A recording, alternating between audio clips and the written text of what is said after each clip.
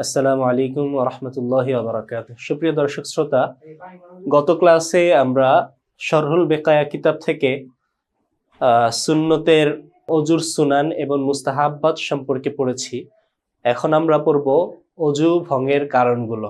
শরহে বেকায়া কিতাব থেকে আমরা অজু ভঙ্গের কারণগুলো পড়ব, বিস্তারিত ব্যাখ্যা বিশ্লেষণ এবং ইখতিলাফ মতানৈক্য সহকারে। চলুন আমরা কিতাবে চলে যাই। কিতাবের শুরুতে আমরা দেখতে পাচ্ছি এখানে কিতাবের মাঝে আছে মতনে ওয়ানাকিদুহু মা খরাজা মিনাস সাবিলাইন। এটা হলো শরহে বেকায়ার মতনের অংশ, নিচে হলো হাসিয়া সরার অংশ, শরহুল বেকায়া যাকে বলে। আগেরটা হলো বেকায়ার অংশ। তো বেকায়া থেকে আমরা দেখতে পাচ্ছি নাকিদুহু মা খরাজা মিনাস সাবিলাইন, অজু ভঙ্গকারী হলো মা খরাজা মিনাস সাবিলাইন, দুই রাস্তা দিয়ে যা বের হয়। দুই রাস্তা দ্বারা উদ্দেশ্য হলো পেশাব এবং পায়খানার রাস্তা দিয়ে যা বের হয়, এটা হলো অজু ভঙ্গকারী। আসলে আমরা এটার বিস্তারিত ব্যাখ্যা করি। নাকিদুহু মা খরাজা মিনাস সাবিলাইন, অজু ভঙ্গকারী হলো পেশাব পায়খানার রাস্তা দিয়ে যা বের হয় তা। সাওয়াউন কানা মুআতাদান, পেশাব পায়খানার রাস্তা দিয়ে যা বের হলো, চাই সেটা স্বাভাবিক জিনিস হোক, আও গায়রা মুআতাদিন, অথবা অস্বাভাবিক জিনিস হোক। অস্বাভাবিক জিনিস কি? কাদুদাতি ওয়ার রিহিল খারিজাতি মিনাল কুবুলি ওয়া যাকারি। অস্বাভাবিক জিনিস যেমন পোকা, ওয়ার রিহিল খারিজাতি মিনাল কুবুলি ওয়া যাকারি, এমনি ভাবে স্ত্রীর নারীদের যোনিপথ এবং পুরুষদের পুরুষাঙ্গ দিয়ে বায়ু বের হওয়া। তো এইগুলো হলো কি অস্বাভাবিক জিনিস। পেশাব পায়খানার রাস্তা দিয়ে পেশাব বের হবে, পায়খানা বের হবে, এটা স্বাভাবিক। অস্বাভাবিক হলো পেশাব পায়খানার রাস্তা দিয়ে পোকা বের হওয়া। এমনিভাবে পেশাবের রাস্তা দিয়ে, সামনের রাস্তা দিয়ে বায়ু নির্গত হওয়া, নির্গমন হওয়া, এটাও অস্বাভাবিক জিনিস। আচ্ছা, ওয়াফিহি ইখতিলাফুল মাশাইখি, এ ব্যাপারে মাশাইখদের ইখতিলাফ রয়েছে। এটা ফিহি মানে ফিহা কার দিকে ফিরেছে? বলে আর রিহুল খারিজাতু মিনাল কুবুলি ওয়া যাকারি, সামনের রাস্তা দিয়ে যদি বায়ু নির্গত হয়, এ ব্যাপারে ফুকাহা ইকরামের ইখতিলাফ রয়েছে। ফুকাহা মাশাইখদের উদ্দেশ্য হলো মাশাইখে হানাফিয়া। হানাফিদের কিছু কিছু ইমাম বলেছেন পেশাবের রাস্তা দিয়ে যদি, পেশাব পায়খানার রাস্তা দিয়ে যদি বায়ু নির্গত হয়, তাহলে অজু ভেঙে যাবে। আর অপর কিছু মাশায়েখগণ বলেছেন যে সামনের রাস্তা দিয়ে, পেশাবের রাস্তা দিয়ে বায়ু বের হলে অজু ভাঙবে না। তো অজু না ভাঙাটাই রাজে। এরপরে আমরা পরের পেজে চলে যাই। পরের পেজে দেখতে পাচ্ছি অজু ভঙ্গের দ্বিতীয় কারণ আমাদের সামনে খুলে গিয়েছে। আও মিন গায়রিহি, অথবা গায়রে সাবিলাইন, পেশাব পায়খানার রাস্তা ছাড়া ভিন্ন কোনো জায়গা দিয়ে নাপাকি কোনো কিছু বের হবে। ইনকানা নাজিসান নাজাসান, যদি বের হলো যে জিনিসটা, এটা যদি নাপাক হয়, ইনকানা নাজাসান, যদি নাপাক হয়, সালা ইলা মা ইয়াতহারু, এবং প্রবাহিত হয়েছে এমন জায়গা পর্যন্ত যেটা ধৌত করা, প্রবাহিত হয়েছে এমন জায়গায় যে স্থানটা পবিত্র করতে হয়। দ্বিতীয় প্রকার অজু ভঙ্গের দ্বিতীয় কারণ হলো যেটা সাবিলাইন, পেশাব পায়খানার রাস্তা ছাড়া ভিন্ন কোথাও দিয়ে বের হয়েছে, এবং যেটা বের হলো এটা নাপাক, এবং এটা প্রবাহিত হয়েছে এমন স্থান পর্যন্ত যে জায়গাটা ধৌত করতে হয়, পবিত্র করতে হয়। এই কথাটার আমরা বিস্তারিত ব্যাখ্যা করব নিচে। আও, আমরা আবার পড়ছি মতনটা, আও মিন গায়রিহি, পেশাব পায়খানার রাস্তা ছাড়া ভিন্ন কোথাও দিয়ে নাপাকি ভিন্ন কোথাও দিয়ে কিছু বের হবে। ইনকানা নাজাসান, উক্ত জিনিসটি যদি নাপাক হয়, সালা ইলা মা ইয়াতহুরু, এবং প্রবাহিত হয় এমন জায়গায় যে জায়গাটা ধৌত করতে হয়। ইলা মা ইয়াতহুরুর ব্যাখ্যা করছে ইলা মাউযিআইন ইয়াজিবু তাতহীরুহু ফিল জুমলাতি, অর্থাৎ প্রবাহিত হয়েছে এমন জায়গায় যেই জায়গাটা পবিত্র করতে হয়, যে কোনো ক্ষেত্রেই হোক, যে কোনো ক্ষেত্রেই পবিত্র করতে হয়। তো যে কোনো ক্ষেত্রে দ্বারা উদ্দেশ্য হলো ইম্মা ফিল ওযু, হয়তো পবিত্র করতে হয় অজুতে, আও ফিল গোসলি, অথবা গোসলের ক্ষেত্রে, গোসলে অথবা অজুতে ধৌত করতে হয় এমন জায়গায় যদি শরীরের অন্য কোথাও থেকে নাপাকি বের হয়ে গড়ায় পড়ে, তাহলে অজু ভেঙে যায়। তো এখানে সালা নিয়ে একটা আলোচনা আছে, এটা আমরা পরে পড়বো, যে নাপাকি বের হয়ে পবিত্র করা হয় এমন জায়গায় কি প্রবাহিত হতে হবে, প্রবাহিত হওয়া শর্ত, নাকি বের হয়ে পবিত্র করা লাগে এমন জায়গায় পৌঁছাতে পারে এরকম যোগ্যতা থাকা শর্ত। এই নিয়ে আলোচনা সামনে আমরা পড়বো। ওই আলোচনার জন্য আমরা সামনে একটু অপেক্ষা করি। ওয়াইন্দা শাফিঈ রাহিমাহুল্লাহ তাআলা আনহু, ইমাম শাফি রাহমাতুল্লাহি আলাইহির মতে, আল খারিজু মিন গায়রিস সাবিলাইন, পেশাব পায়খানার রাস্তা ছাড়া অন্য জায়গা দিয়ে যে নাপাকি বের হবে, এটা লা ইয়ানকুযুল উযুআ, অজু ভাঙবে না। সাবিলাইন ছাড়া অন্য কোথাও দিয়ে যদি কিছু বের হয় তাহলে ওটা অজু ভঙ্গকারী নয়। এটা কার মতে? ইমাম শাফি রহমতুল্লাহ আলাইহির মতে। শাফি রহমতুল্লাহ আলাই এই মতটা কেন বলেন, এই কথাটা কেন বলেন, তার দলিলটা আমরা সামনে দেখব। এখন আমরা সামনে পড়ি। অকাউলুহু ইন কানা নাজাসান, মতনের মাঝে যে আমরা পড়লাম ইনকা না নাজাসান, এই যে নাজাসান দ্বারা উদ্দেশ্য, নাজাসান শব্দটা মুতাআল্লিকুন বিকাউলিহি আও মিন গায়রিহি, মিন গায়রিহির সাথে সম্পর্ক। এই যে এখানে দেখতে পাচ্ছি আমরা মিন গায়রিহি, এটার সাথে সম্পর্ক, মানে এটা একটা সন্দেহ হতে পারে। আগের পেজে আমরা পড়েছি মা খারাজা মিনাস সাবিলাইন, অজু ভঙ্গকারী হলো যেটা পেশাব পায়খানার রাস্তা দিয়ে বের হয়েছে, আও মিন গায়রিহি অথবা পেশাব পায়খানা ছাড়া অন্য জায়গা দিয়ে বের হয়েছে। এখন ইনকানা নাজাসান, নাজাসান শব্দটা কি উভয়টার সাথে সম্পৃক্ত নাকি দ্বিতীয়টার সাথে সম্পৃক্ত? তো এখানে শারে রহমতুল্লাহি আলাই বলে দিচ্ছেন যে নাজাসান এটা দ্বিতীয়টার সাথে সম্পৃক্ত, অর্থাৎ সাবিলাইনের বাহিরে অর্থাৎ পেশাব পায়খানার রাস্তা ছাড়া ভিন্ন কোথাও দিয়ে যদি বের হয়, বের হয়েছে যে জিনিসটা, ওই জিনিসটা যদি নাপাক হয়, আর পেশাব পায়খানার রাস্তা দিয়ে যেটাই বের হবে, চাই সেটা নাপাক হোক অথবা নাপাক না হোক, পেশাব পায়খানার রাস্তা দিয়ে কোনো কিছু বের হলেই অজু ভঙ্গকারী হবে। আচ্ছা, মিন গায়রিহি, মিন গায়রিহির সাথে সম্পর্ক কোনটা? নাজাসান শব্দটা মুসান্নিফে মাতন রাহমাতুল্লাহির বক্তব্যে উল্লেখিত। আর রিওয়ায়াতুন নাজাস, আর নাজাস বিফাতহিল জিম, জিমে জবর দিয়ে, এই যে এখানে জবর দেখতে পাচ্ছি, জিমে জবর দিয়ে নাজাস, এই রিওয়ায়াতটা অহু আইনুন নাজাসা, স্বয়ং নাপাকিকে নাজাস বলা হয়। অহু আইনুন নাজাস, নাজাসা, নাজাস বলা হয় হলো স্বয়ং নাপাকিকে, অর্থাৎ পেশাব পায়খানা অথবা এই ধরনের যত নাপাক বস্তু আছে এগুলোকে নাজাসুন বলা হয়। ও আম্মা বিকাসরিল জিম, আর জিমে যদি জের দিয়ে পড়া হয় নাজিস, নাজিসুন ফামা লা ইয়াকুনু তাহিরান, তাহলে নাজিস কাকে বলে? নাজিস বলা হয় ফামা লা ইয়াকুনু তাহিরান, যে জিনিসটা পবিত্র না, অর্থাৎ পবিত্র ছিল কিন্তু নাপাকি মিশ্রিত হওয়ার কারণে ওই জিনিসটি নাপাক হয়ে গেছে, এটাকে কি বলে? নাজিস বলে। আচ্ছা, হাদা ফি ইসতিলাহিল ফুকাহা, এই যে নাজিস এবং নাজাজের মাঝে পার্থক্যটা এটা ফুকাহাদের পরিভাষা অনুযায়ী। ওয়া আম্মা ফিল লুগাতি, আর শাব্দিক অর্থে ফায়ুকালু নাজিসা শাইউ ইয়ানজাসু, ইয়ানজুসু, নাজিসা শাইউ ইয়ানজাসু, এখানে জুসু পেশ দেওয়া আছে, এটা ভুল, ইয়ানজাসু সামিয়া ইয়াসমাউ থেকে। শাব্দিক অর্থে নাজিসা শাইউ ইয়ানজাসু ফাহুয়া নাজিসুন ওয়া নাজাসুন, অর্থাৎ শাব্দিক অর্থে আমরা দেখতে পাচ্ছি কোন জিনিস নাপাক হয়েছে, তো কোন জিনিস নাপাক হয়ে গেলে এটাকে নাজিসও বলে আবার নাজাসও বলে, দুটোটা একই। নাজিস এবং নাজাস, নাজাস এই দুই শব্দের মাঝে শাব্দিক অর্থে কোনো পার্থক্য নেই, তবে ফুকাহাদের ইস্তেলাহ পরিভাষায় ইখতিলাফ রয়েছে। আমরা তৃতীয় পেজে চলে যাই। তৃতীয় পেজে আমরা দেখতে পাচ্ছি ওয়াইন্নামা ক্বালা সালা, আমরা আগেই বলেছিলাম সালা সম্পর্কে একটা আলোচনা আছে, যেটা জানতে হলে আমাদের একটু অপেক্ষা করতে হবে, সেই অপেক্ষার জায়গাটা আমাদের চলে এসেছে। ওয়াইন্নামা ক্বালা সালা, মাতন রহমতুল্লাহি আলাইহি তার বক্তব্যে সালা শব্দ ব্যবহার করেছেন। সালা শব্দ কোথায় ব্যবহার করেছেন আসেন দেখে আসি। দেখেন এখানে আছে আও মিন গায়রিহি ইন কানা নাজাসান সালা ইলা মা ইয়াতহারু, সালা শব্দটা আমরা দেখতে পাচ্ছি যে নাপাক গায়রে সাবিলাইন থেকে বের হবে এবং ওই বের হওয়া জিনিসটা নাপাক হবে এবং প্রবাহিত হতে হবে। প্রবাহিত হওয়া সম্পর্কে এখন আমরা আলোচনা করব। আসুন প্রবাহিত হওয়া সম্পর্কে এখানে শারেহে বেকায়া ওবাইদুল্লাহ ইবনে মাসউদ রাহিমাহুল্লাহ তাআলা কি বলছেন আমরা জেনে আসি। ইন্নামা ক্বালা সালা, সালা শব্দ বলেছেন লিআন্নাহু ইযা লাম ইয়াতাজাওয়াজিল মাখরাজা, যখন নাপাকি বের হয়ে গায়রে সাবিলাইন থেকে বের হওয়া নাপাকি যখন তার মাখরাজ বের হওয়ার উৎস অতিক্রম করবে না, লা ইয়ানকুযুল উযুআ ইনদানা, তাহলে এটা আমাদের নিকট ওযু ভাঙবে না। ওয়া ইয়ানকুযু ইনদা যুফারা, যুফার ইমাম যুফার রাহমাতুল্লাহি আলাইহির মতে ওযু ভাঙবে। আপনারা জানেন ইমাম যুফার রাহিমাহুল্লাহ তাআলা আনহু ইমাম আবু হানিফার একজন জলিলুল কদর ছাত্র, এবং তাকে বলা হয় আকিয়াসু হাদিহিল উম্মাহ, এই উম্মতের সবচেয়ে বেশি কিয়াসকারী, তিনি অনেক বেশি কিয়াস করতে পারতেন, অনেক বেশি জেহেন তার চলতো। সালা সম্পর্কে কিন্তু বিস্তর আলোচনা বা তাত্ত্বিক আলোচনাটা আমাদের এখনো আসেনি। আচ্ছা, ওইটার জন্য আমরা আরেকটু অপেক্ষা করব। ওয়াকাদা ইযা আসর আল কুরহা, এখানে আরেকটা মাসালা বলতেছে, তাফরি মাসালা, যে নাপাকি শরীরের গায়রে সাবিলাইন, খারিজুস মানে গায়রে সাবিলাইন থেকে কোনো নাপাকি বের হয়ে ওটা প্রবাহিত হতে হবে মাখরাজ থেকে। কাদা ইদা আসর, এইটার উপরে একটা তাফরি মাসালা, শাখাগত মাসালা বয়ান করছে। ও কাদা ইদা আসর আল কুরহাতা, যখন কেউ ফোড়া গালবে, ফাতাজাওয়াজা, ওখান থেকে পানি অথবা পুজ বের হয়ে গড়িয়ে পড়বে। ওয়াকানা বিহালিন, আর ওই অবস্থাটা এরকম ছিল ফোড়াটার, লাউ লাম ইউসার লাম ইয়াতাজাওয়াজ, যদি তাকে নিংড়ানো না হতো, গালানো না হতো, টিপ দেওয়া না হতো, তাহলে এটা অতিক্রম করতো না নাপাকি বের হয়ে।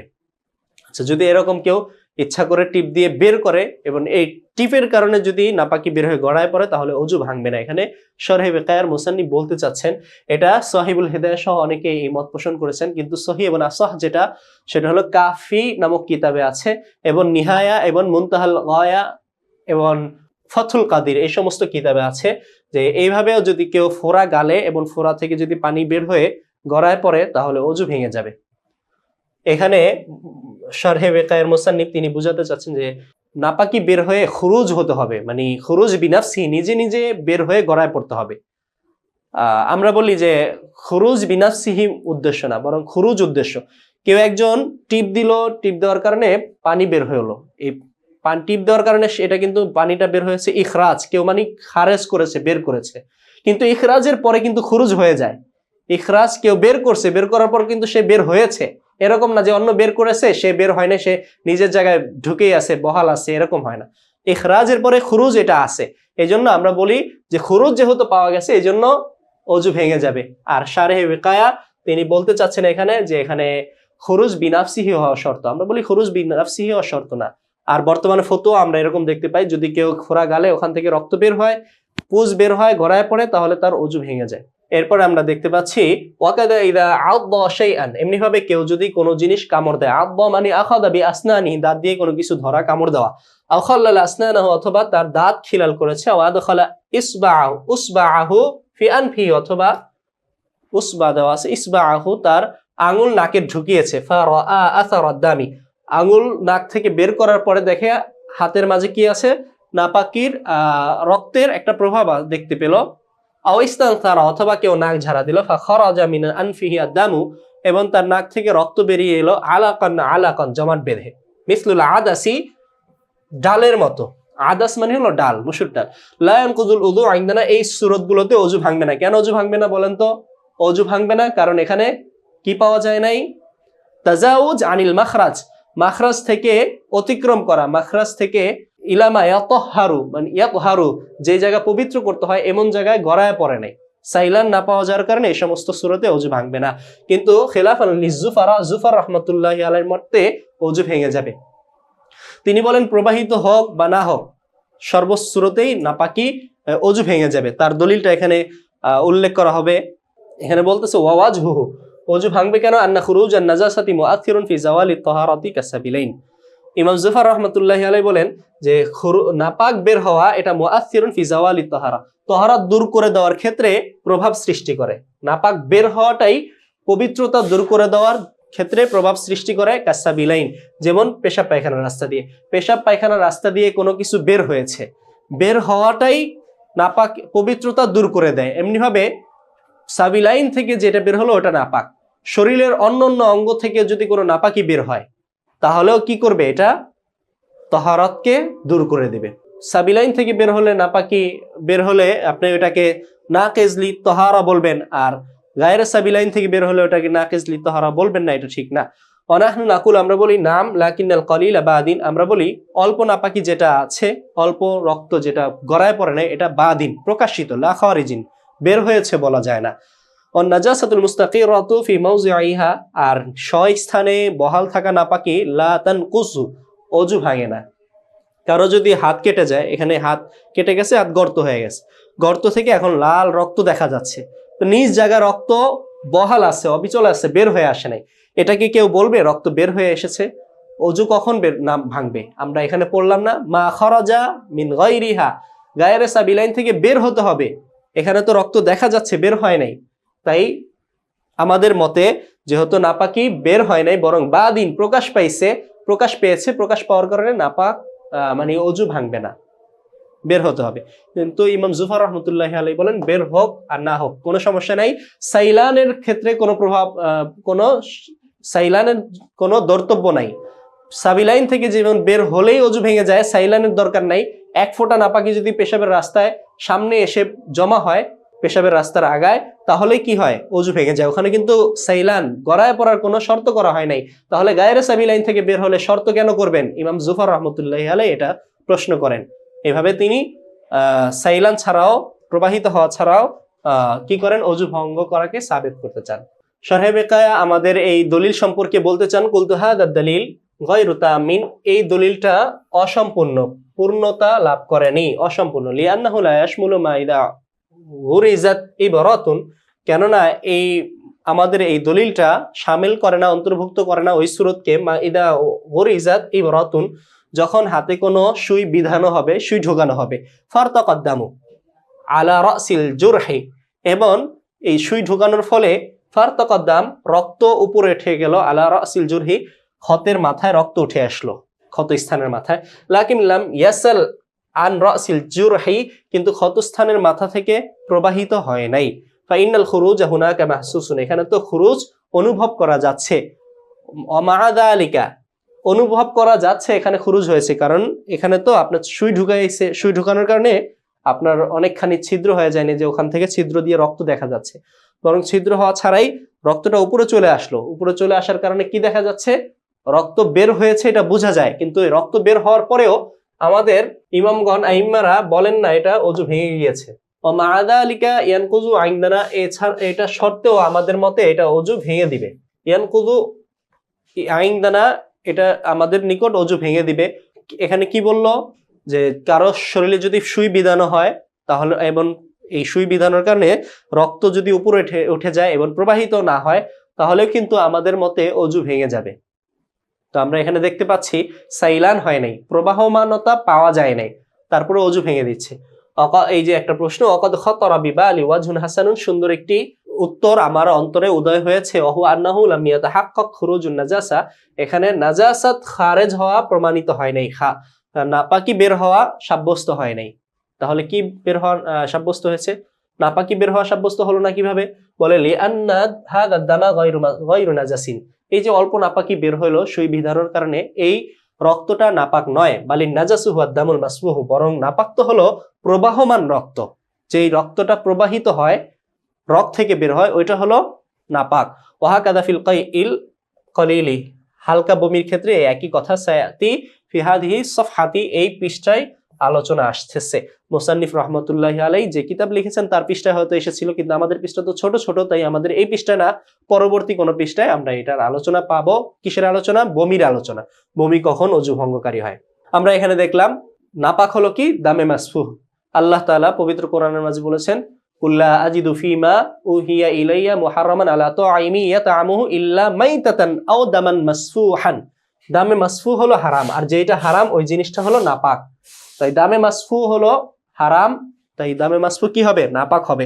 আর আমাদের ওই সুই বিধানোর কারণে এক ফোঁটায় এক চিমটি রক্ত যে বের হয়ে আসলো, এটা তো প্রবাহমান রক্ত না, দামে মাসফু না, তাই এটা নাপাক না। আর সুই বিধানোর কারণে নাপাকও বের হওয়া পাওয়া যায় নাই, তাই আমরা কি বলবো না? বলবো না যে অজু ভেঙে গেছে। অকাউলুহু ইলা মা ইয়াতহারু, মুসান্নিফ রহমতুল্লাহ মাতন রহমতুল্লাহ আলাইহি প্রথম পেজের মাঝে বলেছিলেন ইলামা ইয়াতহারু শব্দ ব্যবহার করেছিলেন। সালা ইলামা ইয়াতহারু শব্দ ব্যবহার করেছে, অর্থাৎ প্রবাহিত হতে হবে এমন জায়গায় যে জায়গাটা পবিত্র করতে হয়। এই ব্যাপারে আমাদের বর্তমান পেজে কিছু বলতে চাচ্ছে, চলুন আমরা এটা দেখি কি বলেন। অকাউলুহু ইলামা ইয়াতহারু, এই বক্তব্যটা ইহতিরাজুন আম্মা ইদা কুশিরাত নাফতাতুন, এইটা ইলামা ইয়াতহারু শব্দ ব্যবহার করা হয়েছে ওই সূরত থেকে বিরত থাকার জন্য। ইহতিরাজ মানে বিরত থাকা, ওই সূরত থেকে বিরত থাকার জন্য। আম্মা ইদা কুশিরাত নাফতাতুন, যখন কোনো ফোড়া ফসকা গালানো হবে, ফিল আইনি, চোখে থাকা যখন কোনো ফসকা গালানো হবে, ফাসালা সাদিদু, ফলে পুঁজ প্রবাহিত হয়, বিহাই ফেমন ভাবে, লাম ইয়াখরুজ মিনাল আইনি, চোখ থেকে বের হয় নাই, লা ইয়ানকুজুল উজুয়া, চোখ থেকে বের হয় নাই, চোখে একটা ফোড়া গালানো হয়েছে, পুঁজ বের হয়েছে, কিন্তু চোখ থেকে এখনো পুঁজগুলো বের হয় নাই, তাহলে লা ইয়ানকুজুল উজুয়া, এটা অজু ভাঙবে না, এটা অজু ভাঙবে না। কেন? লিআন্না দাখিল আল আইনি লা ইয়াজিবু তাতহিরুহু আসলান, কেননা চোখের ভিতরের অংশ কখনোই কি করতে হয় না? পবিত্র করতে হয় না, কখনোই না। লা ফিল উযুই, অজুতেও না, ওয়ালা ফিল গসলি, গোসলেও না। ইয লাইসা লাহু হুকমু যাহিরিল বাদান, যেহেতু চোখের ভিতরের অংশের হুকুম শরীরের প্রকাশ্য অংশের হুকুমের মতো নয়। ফাল মুআতাবারু আল খুরুজু ইলা মা হুয়া যাহিরুল বাদানি শারআন, সুতরাং গ্রহণযোগ্য হলো বের হতে হবে এমন জায়গায় যেটা শরঈ ভাবে শরীরের প্রকাশ্য অঙ্গ। শরীরের প্রকাশ্য অঙ্গে যদি রক্ত বের হয় তাহলে কি হবে? অজু ভঙ্গের কারণ হবে। আমরা চোখের ভিতরের অংশ যেহেতু শরীরের প্রকাশ্য অংশ না, শরীরের বাতিনি অংশ, তাই চোখের ভিতরে যদি রক্ত থেকে যায়, রক্ত যদি গড়ায় না পড়ে, তাহলে অজু ভাঙবে না। আশা করি আপনারা বুঝতে পেরেছেন। আসুন আমরা পরের পেজে যাই। পরের পেজে এখনো পেজ শেষ হয়নি। ওয়া আলাম আন্না ক্বালাহু ইলা মা ইয়াতহারু, মাআতিন রাহমাতুল্লাহি আলাইহি যে ইলা মা ইয়াতহারু শব্দ বলেছেন, এই ইয়াতহারু শব্দটা ইয়াজিবু আইয়াকুনা মুতাআল্লিকান বিকাউলিহি মা খারাজা, মা খারাজার সাথে মুতাআল্লিক হওয়া উচিত। লা বিকাউলি সালা, সালার সাথে মুতাআল্লিক হওয়া উচিত নয়। সালার সাথে মুতাআল্লিক হলে কি অর্থ হয়? যে গায়রে সাবিলাইন থেকে কোনো নাপাকি বের হবে, বের হয়ে যে অঙ্গ ধৌত করতে হয় ওই অঙ্গ পর্যন্ত গড়ায় যেতে হবে, প্রবাহিত হতে হবে এমন অঙ্গে যে অঙ্গ পবিত্র করতে হয় অজু বা গোসলে, মানে অজু গোসলের অঙ্গে গড়ায় পড়া, এটা যদি সালার সাথে মুতাআল্লিক রাখি।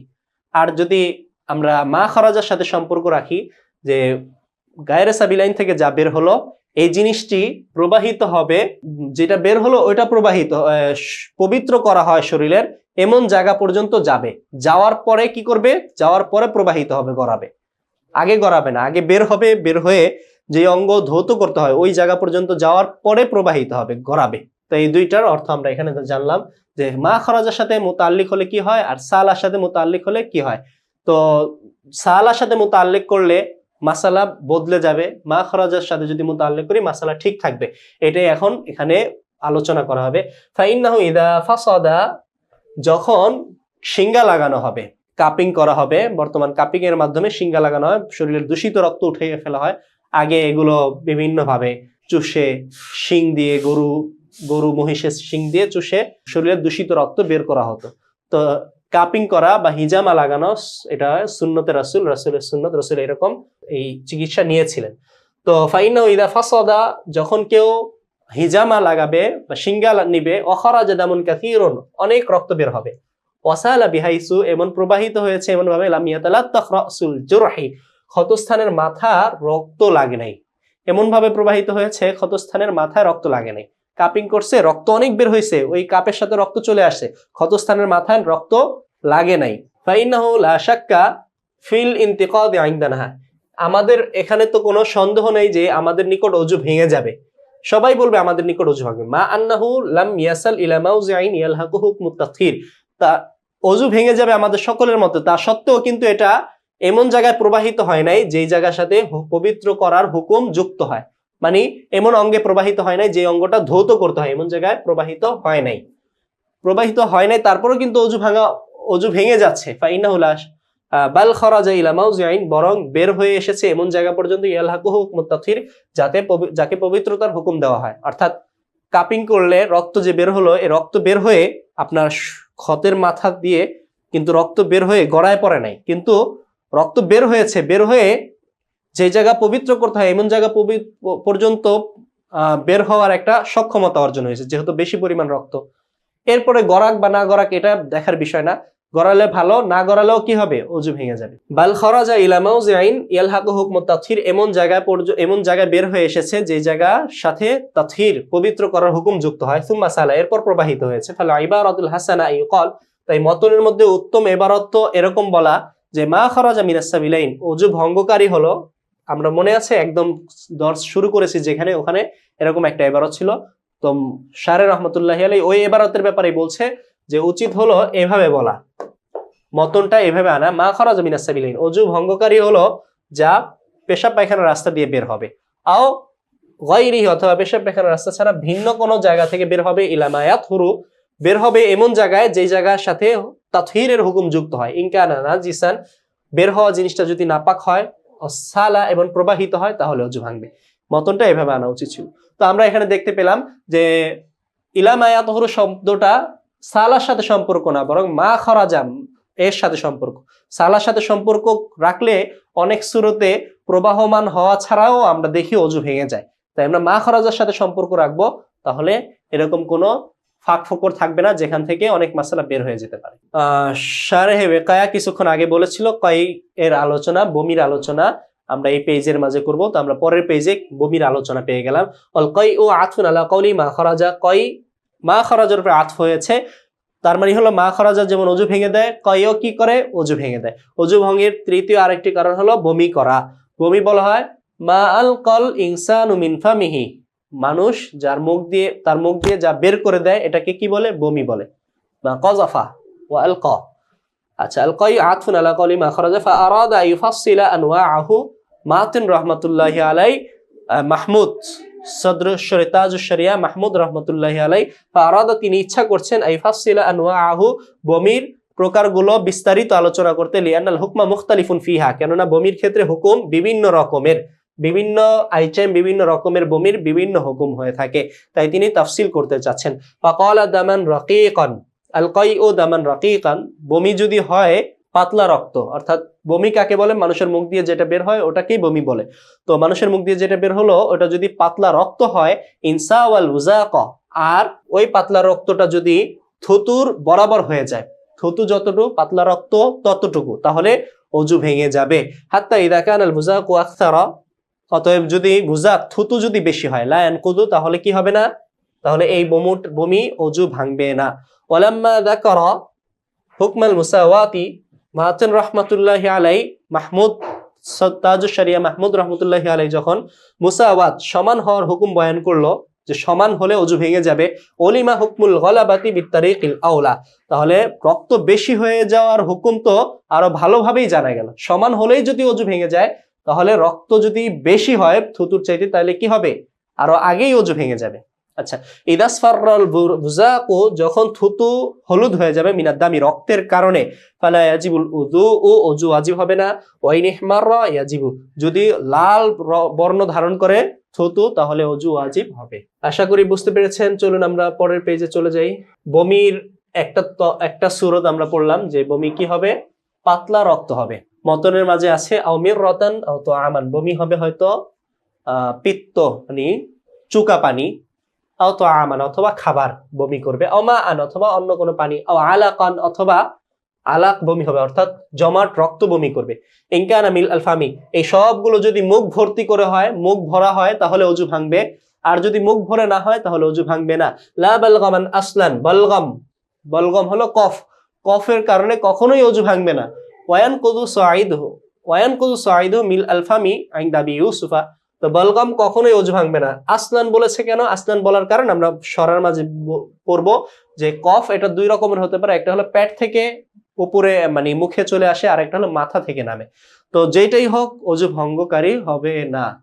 ওয়ান কুদু সাইদু মিল ইলফামি, আর ইনদা আবি ইউসুফা, ইমাম আবু ইউসুফ রাহমাতুল্লাহি আলাইহির নিকট বমি যদি মুখ ভরে হয়, বলগম মানে কফ যদি মুখ ভরে হয় এবং এটা যদি পেট থেকে আসে, তাহলে এটা অজু ভাঙবে। যাই হোক, মতন আমরা পড়লাম। এখন আমরা দেখেন আমরা সরাটা পড়ি বিস্তারিতভাবে, এই অংশটাকে আমরা বিস্তারিতভাবে পড়বো। সুম্মা আতাফা আলা কাউলি দামান, দামানের উপরে আত হয়েছে, আও মিররাতান, রক্তবমি, এর উপরে হাত হয়েছে মিররা শব্দ।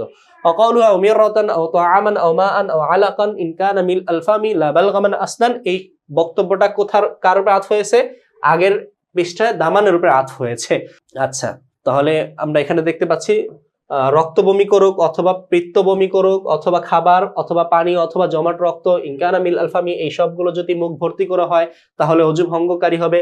লা বালগামান আসলান, কেউ যদি কফ বমি করে তাহলে অজু ভাঙবে না, কখনোই না। সাওয়াউন কানা নাজিলান মিনার রাসি, চাই এই কফটা মাথা থেকে নেমে আসুক তার মুখে, আও সাইদান মিনাল জাওফি, অথবা পেট থেকে উপরে উঠুক, মুখে উঠুক, কোনোটাই অজু ভাঙবে না। সাওয়াউন কানা কলিলান আও কাসীরান, চাই বলগাম বা কফ কম হোক বা বেশি হোক। লিআন্নাহু লিজুজাতিহি, কেননা এই বলগাম তার পিচ্ছিলতার কারণে, লা ইয়াতাদাখালুহু নাজাসা, তাতে নাপাকি প্রবেশ করতে পারে না। বলগম বা কফ পিচ্ছিল, তাই এটার মধ্যে নাপাকি প্রবেশ করতে পারে না বা এটার সাথে স্থির হয়েও থাকতে পারে না। এটা যখন বের হবে তখন আমরা বলতে পারবো না যে নাপাকি বের হয়েছে। ওয়ান কুদু সাইদু মিল ইলফামি ইনদা আবি ইউসুফ, আবু ইউসুফ রাহমাতুল্লাহি আলাইহির নিকট কফ যদি পেট থেকে উঠে আসে এবং মুখ ভরে হয় তাহলে অজু ভেঙে দিবে। লাকিন্না নাজিলা মিনার রাসি, কিন্তু মাথা থেকে যে বলগম বের হবে, মাথা থেকে যেটা নিচে নামবে অর্থাৎ মুখে আসবে, এটা লা ইয়ানকুযু ইনদাহু আইজান, তার মতেও অজু ভাঙবে না, তার মতো ইমাম আবু ইউসুফের মতেও অজু ভাঙবে না। তারপরে বমি সম্পর্কে আরেকটা মাসালা, গুরুত্বপূর্ণ ইম্পর্টেন্ট মাসালা বলতেছে, ওয়া ইয়াতাবিরুল ইত্তিহাদা ফিল মাজলিসি। ইমাম আবু ইউসুফ, হুয়া এই মার্জি ফিরছে হলো আবু ইউসুফের দিকে, এই যে এখানে আছে পড়ার মতনের মাঝে উল্লেখ, সরার মাঝে উল্লেখ আছে, ওয়া ইয়াতাবিরুল ইত্তিহাদা ফিল মাজলিস। ইমাম আবু ইউসুফ রাহমাতুল্লাহি আলাইহি ইত্তিহাদ ফিল মাজলিস, মজলিস এক হওয়ার এতেবার করেন, ধর্তব্য করেন, ধরে থাকেন। ওয়াইন্দা মুহাম্মাদিন ফিস সাবাবি, আর ইমাম মুহাম্মদ রাহমাতুল্লাহি আলাইহির নিকট সবব এক হওয়া, অর্থাৎ গোসিয়ান বমির সবব বা বমির ভেগ এক হওয়াকে এতেবার করেন, গ্রহণ করেন। বিজামাই মা কা কলিলান কলিলান, অল্প অল্প করে যে বমি করেছেন এই বমিটা জমা করার ক্ষেত্রে ইমাম আবু ইউসুফ কিসের এতেবার করেন? তিনি এতেবার করেন মজলিস এক হওয়ার। আর ইমাম মুহাম্মদ রাহমাতুল্লাহি আলাইহি এতেবার করেন সবব বা বেগের।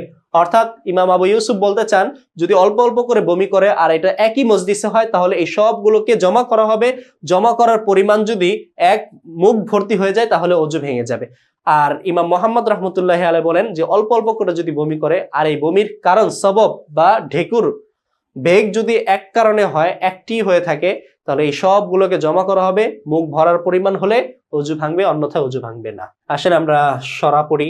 অকাউলুহু ফাকাউলুহু হুয়া, এই যে মাতিন রহমতুল্লাহ আলাইহি হুয়া শব্দ ব্যবহার করেছে, এটা ইয়াতাবিরু যমিরা ইয়ারজিউ ইলা আবি ইউসুফ। ইয়াতাবিরু এটা কেন এনেছে আল্লাহ ভালো জানে, যে ইয়ারজিউ আয-যমিরু ইয়ারজিউ ইলা আবি ইউসুফ, এখানে জমিরটা আবু ইউসুফ রহমতুল্লাহি আলাইহির দিকে ফিরবে। এখানে এই যে হুয়া ইয়াতাবিরু এই অংশটা কিতাবের অংশ না, মূল অংশ না, এটা অতিরিক্ত টাইপিং এ চলে এসেছে। ফাকাউলুহু আয-যমিরা, ফাকাউলুহু মানে হুয়া ইয়াতাবিরু, সরি এখানে এটা হতে পারে অর্থ সঠিক বা কি না হলেও হয়। এই যে হুয়া ইয়াতাবিরু, এই যে এই শব্দের মধ্যে হুয়াটা, এই হুয়া আয-যমিরা ইয়ারজিউ ইলা আবি ইউসুফ, আবু ইউসুফের দিকে ফিরবে। ওয়াহাদা ইবতিদাউ মাসালাতিন সূরাতুহা, এটা নতুন একটা মাসালার সূচনা, যার সূরত হলো, তার অবস্থাটা হলো ইযা কা কলিলান কলিলান, কেউ যদি অল্প অল্প করে বমি করে, বিহাইসু এত অল্প অল্প করে, লাউ জুমিআ ইয়াবলুগু মিল আলফামি, যদি এগুলো জমা করা হয় তাহলে মুখ ভর্তি করে হয়ে যাবে, মুখ ভরা পরিমাণ হয়ে যাবে। আবু ইউসুফ ইয়াতাবির ইত্তিহাদ আল মজলিস, আবু ইউসুফ রাহমাতুল্লাহি আলাইহি মজলিস এক হওয়ার এতেবার করেন। আই ইযা কানা ফি মাজলিসিন ওয়াহিদিন ইউজমাউ, যদি একই মজলিসে সে অল্প অল্প করে বমি করে তাহলে এগুলো তো জমা করা হবে। ফায়াকুন নাকিজান, যদি মুখ ভরা পরিমাণ হয় তাহলে ওযু ভেঙে যাবে। ও মুহাম্মাদুন ইয়াতাবিরু ইত্তিহাদ আস-সাবাবি ওয়া হুয়াল গসিয়ান।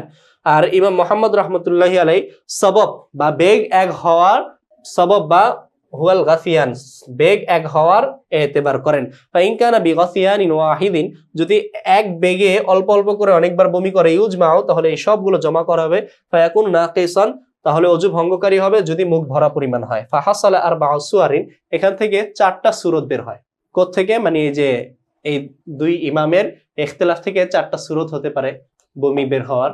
একটা হলো ইত্তিহাদুল মাজলিসি ওয়াল গাসায়ানি ফায়ুজমাউ ইত্তিফাকান, বমির যে করলো একজন ব্যক্তি অল্প অল্প করে, একই মজলিসে করেছে, ইত্তিহাদুল মজলিসও এক হয়েছে, ওয়াল গাসায়ান এবং বেগও এক হয়েছে, ফায়ুজমাউ ইত্তিফাকান, উভয়ের মতে এই বমিটাকে জমা করা হবে, এক মুখ ভরা পরিমাণ হলে ওযু ভেঙে যাবে।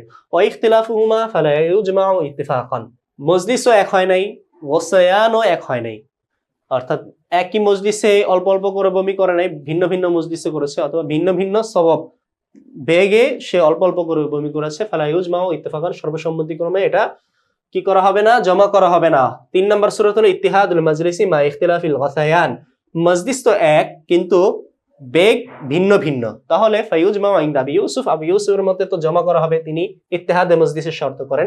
খিলাফান লি মুহাম্মদ রাহিমাহুল্লাহু তাআলা আনহুর মতে ইখতিলাফ, তিনি বলেন যে জমা করা হবে না। ওয়া ইখতিলাফুল মাজলিসি মা ইত্তিহাদিল গাসায়ান, মজলিস ভিন্ন ভিন্ন তবে বেগ একই, বেগ এক কিন্তু মজলিস ভিন্ন, তাহলে কার মতে জমা করা হবে? হ্যাঁ, ইমাম মুহাম্মদ রাহমাতুল্লাহি আলাইহির মতে জমা করা হবে। ফায়ুজমাউ ইনদা মুহাম্মাদিন, ইমাম মুহাম্মাদের মতে জমা করা হবে। খিলাফান লি আবি ইউসুফ, আবি ইউসুফ বলেন জমা করা হবে না, কারণ ইমাম মুহাম্মাদের মতে ইত্তিহাদে গাসায়ান বা ইত্তিহাদে সাবাব শর্ত। এরপরে আমরা পড়বো ওমা লাইসা বিহাদাসিন লাইসা বিনাজিসিন, যেটা হদস না ওইটা নাপাকও না। এখন আমরা একটা নতুন উসুল পড়বো, মূলনীতি, সেটা হলো ওমা লাইসা বিহাদাসিন লাইসা বিনাজিসিন, যে জিনিস হাদস নয় সেটা নাপাকও নয়। হদস বলা হয় একটা বিশেষ কাইফিয়তকে, অজু না থাকা অবস্থাকে হদস বলে। তো এখানে উদ্দেশ্য হলো যে সমস্ত জিনিসের কারণে হদস লাজেম হয়, অর্থাৎ অজু বা গোসল আবশ্যক হয়। হদস 2 প্রকার, হদসে আসগার আর একটা হলো হদসে আকবার। হদসে আসগার বলা হয় যে সমস্ত কারণে অজু ভেঙে যায় সেটাকে বলে হদসে আসগার, আর যে সমস্ত কারণে গোসল ফরজ হয় সেগুলোকে বলা হয় হদসে আকবার। তো এখানে উদ্দেশ্য হলো, হদস দ্বারা উদ্দেশ্য হলো যে সমস্ত জিনিসের কারণে অজু ভেঙে যায় বা গোসল ফরজ হয়, মানে নাপাকি হালত তৈরি হয়, অপবিত্র হালত তৈরি হয়, সেটাকে হদস বলে। তো যে সমস্ত জিনিস হাদস নয় সেটা নাপাকও নয়। এটা একটা মূলনীতি। এই মূলনীতির উপরে ভিত্তি করে অনেকগুলো মাসালা বের হয়, সেগুলো আমরা নিচে পড়বো। এই মতনে আমরা পড়লাম মা লাইসা বিহাদাসিন লাইসা বিনাজিসিন, এখন আমরা এটার মতন পড়বো। দেখেন ওমা লাইসা বিহাদাসিন লাইসা বিনাজিসিন, যে জিনিস হাদস নয় ওটা নাপাক নয়। আই বিকাসরিল জিমি, নাজিস জিমে জেড দিয়ে। ফায়ালজামু মিন ইনতিফা কাউনিহি হাদাসান ইনতিফা কাউনিহি নাজিসান, কোন জিনিস হদস না হওয়া আবশ্যক করে ওইটা নাপাক না হওয়াকে। কোন জিনিস হদস না হওয়া কি আবশ্যক করে? ওইটা নাপাক না হওয়াকে আবশ্যক করে। উদাহরণস্বরূপ দেখেন ফাদ্দামু ইদা আলাম ইয়াসিল, যখন রক্ত প্রবাহিত হবে না, আন রাসিল জুরহি, ক্ষতের মাথা থেকে, ক্ষতস্থানের মাথা থেকে যখন রক্ত প্রবাহিত হবে না, তখন তা তাহিরুন, তখন তা কি হবে? পবিত্র হবে। ক্ষতস্থানের মাথা থেকে যদি রক্ত প্রবাহিত না হয় তাহলে ওটা কি অজু ভাঙে? অজু ভাঙে না। যেহেতু ওটা অজু ভাঙে না, তার মানে ওটা হদস না। আর যেহেতু এটা হদস না, এটা কি হবে না? নাপাকও হবে না। কাদাল কাইউল কলিলু, এমনি ভাবে অল্প বমি, যেটা মুখ ভরা হয় নাই, এই অল্প বমির কারণে অজু ভাঙে না, তাই এই অল্প বমি কি হবে না? নাপাক হবে না। এখন যেগুলো হদস না সেগুলো নাপাক না। নাপাক না হওয়ার দ্বারা কি ফায়দা? এর ফায়দা হলো আপনার যদি শরীরে অল্প রক্ত বের হয় এবং এটার কারণে কাপড়ে লেগে যায়, অথবা অল্প বমি করে দিয়েছে, বাচ্চা কোলে নিয়েছেন, আপনার কাঁধে বমি করে দিয়েছে, অল্প বমি, তাহলে এই বমি এবং রক্তর সাথে যদি আপনি নামাজ পড়তে চান তাহলে নামাজ শুদ্ধ হবে, যেহেতু এটা হদস নয়। ওয়ান মুহাম্মাদিন রাদিয়াল্লাহু আনহু, এখানে লেখা আছে ওয়ান মুহাম্মাদিন রাহিমাহুল্লাহু তাআলা আনহু ফি গায়রি রিওয়ায়াতিল উসুল, ইমাম মুহাম্মদ রাহমাতুল্লাহি আলাইহি থেকে একটি বর্ণনা আছে, এটা গায়রে রিওয়ায়াতুল উসুল, মানে তার জাহিরের রিওয়ায়াতে না। রিওয়ায়াতুল উসুল দ্বারা উদ্দেশ্য ইমাম মুহাম্মদ রাহমাতুল্লাহি আলাইহির জাহিরুর রিওয়ায়া। আপনারা জেনেছেন, আগে আমি অনেকবার বলেছি, জাহিরুর রিওয়ায়া বলা হয় ইমাম মুহাম্মদ রাহমাতুল্লাহি আলাইহির প্রসিদ্ধ 6 কিতাবে যে সমস্ত রিওয়ায়াত আছে, মাসাইল আছে, ওগুলোকে বলা হয় জাহিরুর রিওয়ায়া। 6 কিতাব হলো জামিউস সগীর, জামিউল কাবীর, সিয়ারুস সগীর, সিয়ারুল কাবীর, মাফসুদ এবং জিয়াদাত। এই 6টি কিতাব, এই 6টি কিতাবে যে সমস্ত মাসাইল ইমাম মুহাম্মদ থেকে বর্ণিত ওগুলোকে বলা হয় জাহিরুর রিওয়ায়াতের মাসালা। এছাড়া আরো কিছু কিতাব আছে, কাইসানিয়াত, রুকিয়াত, জুরজানিয়াত, এগুলো হলো নওয়াদিরুর রিওয়ায়া। তো এরকম একটা নওয়াদিরুর রিওয়ায়াতে ইমাম মুহাম্মদ রাহমাতুল্লাহি আলাইহি থেকে বর্ণিত আছে ইন্নাহু নাজিসুন, এটাও নাপাক, অর্থাৎ যে জিনিস হদস না ওইটাও নাপাক, অর্থাৎ অল্প বমি, অল্প পরিমাণ রক্ত, এগুলো কি হবে? নাপাক হবে। লিআন্নাহু, দলিল, তিনি দলিল উল্লেখ করছেন, লিআন্নাহু লা আসারা লিসাইলানি ফিন নাজাসা, নাপাকির ক্ষেত্রে প্রবাহমানতার কোনো আসর নেই, কোনো প্রভাব নেই। প্রবাহমান হলেও নাপাক নাপাকি হয়, আবার প্রবাহমান না থাকলেও কি হয়? নাপাকি হয়। ফাইদা কানা সাইলু নাজিসান, প্রবাহমান রক্ত যদি নাপাক হয়, ফাগাইরু সাইল ইয়াকুনু কাযালিকা, তাই অপ্রবাহমানও নাপাকি হবে। এটা কি বলেন ইমাম মুহাম্মদ রাহমাতুল্লাহি আলাইহি, তার মাযহাব হলো এটা, কিন্তু এটার উপরে ফতোয়া নয়। ফতোয়া হলো আমরা যেটা বলেছি, যে জিনিস নাপাক নয় ওই জিনিস যে জিনিস হদস না, অজু ভঙ্গের কারণ হয় না, ওইটা নাপাক হয় না। আমাদের দলিল লানা কাউলুহু তাআলা, আমাদের দলিল আল্লাহ তাআলার বাণী, কুল্লা আজিদু ফিমা উহিয়া ইলাইয়া মুহাররামান, হে নবী আপনি বলে দিন আমার উপর যা ওহী করা হয়েছে আমি তাতে হারাম হিসেবে কিছু পাই নাই। এরপরে আল্লাহ তাআলা বলতেছেন, এর আওদামান মাসফুহান, মাঝখানে এতটুকু অংশ আছে, কুল্লা আজিদু ফিমা উহিয়া ইলাইয়া মুহাররামান আলা তাইমি ইয়াতআমুহু ইল্লা মাইতাতান আও দামান মাসফুহান। তো এখানে আল্লাহ রাসূলকে আল্লাহ বলতে বলেছেন, হে আল্লাহ রাসূল আপনি বলে দিন যে আমার কাছে যা ওহী করা হয়েছে তাতে আমি হারাম পাই নাই, তবে আমি হারাম পেয়েছি দামান মাসফুহান, প্রবাহমান রক্তকে। প্রবাহমান রক্ত হারাম। ফাগাইরুল মাসফুহি লা ইয়াকুনু মুহাররামান, অতএব অপ্রবাহমান রক্ত, যেগুলো অল্প রক্ত, ওগুলো কি নয়? হারাম নয়। ফালা ইয়াকুনু নাজিসান, যেহেতু এটা হারাম নয় তাই এটা নাপাকও হবে না। এখানে একটা মূলনীতি আছে, যে জিনিস হারাম ওই জিনিস নাপাকও। যে জিনিসকে আল্লাহ রাব্বুল আলামিন পবিত্র কালামুল্লাহ শরীফে হারাম করেছেন ওইটা কি? নাপাক। যেমন আল্লাহ তাআলা মদকে হারাম করেছেন, তো মদ এটা নাপাক। কারো মদ যেমন খাওয়া হারাম, কারো গায়ে যদি মদ লেগে থাকে অথবা কারো শরীরে মদ লাগে তাহলে সে এটা নিয়ে নামাজ পড়লে নামাজ হবে না। তবে এখানে একটা কথা আছে, যেসব হারাম নাপাক দুই জিনিসের মাধ্যমে হয়। যে সমস্ত জিনিস আল্লাহ হারাম করেছেন ওই সমস্ত জিনিস হারাম নাপাক, এটা দুই কারণে হয়। একটা তো হলো কোন একটা জিনিসকে আল্লাহ হারাম করেছে, ওই হারাম করার কারণে হয়তো ওই জিনিসের মধ্যে নাজাসাত আছে, যেমন মদ এবং শুকর, এগুলোর মধ্যে নাজাসাত আছে, এজন্য আল্লাহ এগুলোকে মানুষের জন্য খাওয়া হারাম করেছেন।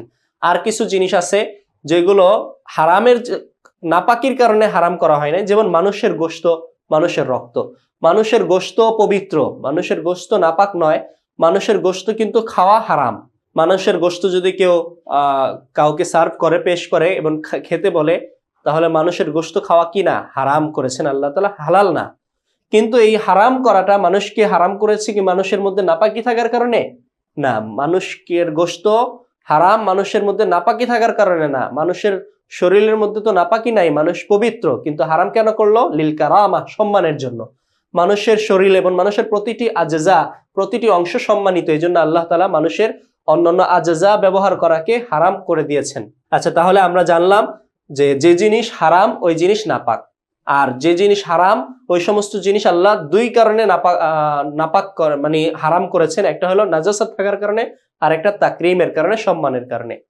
আচ্ছা, তো আমরা এখানে দেখলাম যে দামে মাসফুহ, প্রবাহমান রক্ত, এটা হারাম, তাই প্রবাহমান রক্ত হারাম, তাই ওটা কি হবে? নাপাক হবে। আর অপ্রবাহমান রক্ত কি নয়? হারাম নয়, তাই এটা নাপাকও নয়। ওয়াদামুল্লাযী লাম ইয়াসিল আন রাসিল জুরহি, আর যে সমস্ত রক্ত ক্ষতস্থানের মাথা থেকে প্রবাহিত হয় নাই, ওইটাই হলো দামুন গায়রু মাসফুহিন, অপ্রবাহমান রক্ত।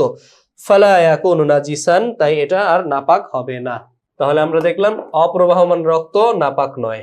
আচ্ছা, এখন আমরা এখানে প্রমাণ করলাম অপ্রবাহমান রক্ত নাপাক নয়। এই আমাদের এই বক্তব্যের উপরে একটা প্রশ্ন উত্থাপন করা যায় এভাবে, ফাইন কিলা, যদি প্রশ্ন করা হয়, হাদা ফিমা ইউকালু লাহমুহু, এটা তো যে সমস্ত অংশের, যে সমস্ত প্রাণীর গোশত খাওয়া হালাল সেই ক্ষেত্রে প্রযোজ্য। ওয়াম্মা ফিমা লা ইউকালু লাহমুহু, আর যে সমস্ত প্রাণীর গোশত খাওয়া যায় না, খাওয়া হালাল না, কাল আদামি, যেমন মানুষ, ফাগাইরুল মাসফুহি হারামুন আইজন, মানুষের অপ্রবাহমান রক্ত কি হারাম। ফালা ইমকিনুল ইস্তিদলালু বিহিল্লিহি আলা তাহারাতি, তাই রক্ত হালাল হওয়ার মাধ্যমে রক্ত পবিত্রতার উপর ইস্তিদলাল, দলিল পেশ করা সম্ভব নয়। বলতো আমরা এর জবাবে বলবো, লাম্মা হাকামা বিহুরমাতিল মাসফুহি, যখন সারে প্রবাহমান রক্ত হারাম হওয়ার হুকুম দিলেন, বাকিয়া গায়রুল মাসফুহি আলা আসলিহি, তখন অপ্রবাহমান রক্ত তার আসলের উপরে বাকি রইল। আল আসলু ফিল আশিয়াই আল হিল্লাহ, সমস্ত জিনিসের আসল হলো হালাল হওয়া। তো মাসফু, প্রবাহমান রক্তের ব্যাপারে আমরা হুকুম আল্লাহ আমাদের জানিয়ে দিয়েছেন, সেটা হারাম, তাই ওইটা প্রবাহমান রক্ত নাপাক। কিন্তু গায়ের মাসফু, অপ্রবাহমান রক্ত ব্যাপারে কোনো বিধান আসে নাই, তাই আমরা কি করব? এটাকে তার আসলের উপরে রাখবো, অর্থাৎ অহওয়াল হিল্লু, আসল হলো হালাল হওয়া, অপ্রবাহমান রক্ত হালাল হবে। ওয়ালজামু মিনহু তাহারাতুন, মিনহু তাহারা, আর এখান থেকে যেহেতু রক্ত হালাল, তাই এখান থেকে কি আবশ্যক হচ্ছে? এখান থেকে রক্ত পবিত্র হওয়া লাজিম হচ্ছে, কারণ যেই জিনিস হালাল ওই জিনিস পবিত্র, আর যেই জিনিস হারাম ওই জিনিস নাপাক। হালাল কোনো জিনিস নাপাক হতে পারে না। হালাল মানে কি? যেটা খাওয়া যায়, তো খাওয়া যাবে, আল্লাহ খাওয়া বৈধ করেছেন, ওই জিনিস যদি নাপাক হয় তাহলে খেতে গেলে মুখ নাপাক হয়ে যাবে না? তাই যত জিনিস আছে সমস্ত কিছুই, মানে যত হালাল জিনিস আছে সবকিছুই কি পবিত্র, তো হারাম।